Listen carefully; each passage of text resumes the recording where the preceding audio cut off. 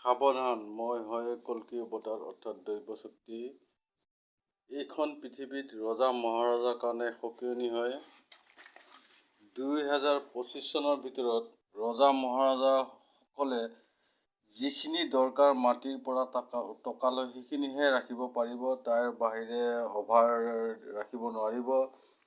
যাৰ যাৰ অভাৰ আছে আৰু যি লোক মানুহে বা যিবোৰ ৰজা মহাৰজাই জুবিন দা, ভূপেন দা, শংকৰদেৱ, আজান ফকীৰৰ অনুসৰণ কৰিছে বা তেওঁৰ নামত নানান ধৰণৰ কৰ্ম কৰি আহিছে, তেওঁলোকৰ যদি ধন সম্পত্তিৰ অভাৰ আছে, তেতিয়া অতি শীঘ্ৰে অসমৰ লগতে পৃথিৱীত সকলো মানুহক সমানে দুখীয়া মানুহক সমানে ভগাই দিবলৈ দৈৱ শক্তি অৰ্থাৎ কৃষ্ণ দ্বিতীয় ৰূপ অৰ্জুন সকিয়নি দিয়া হ'ল।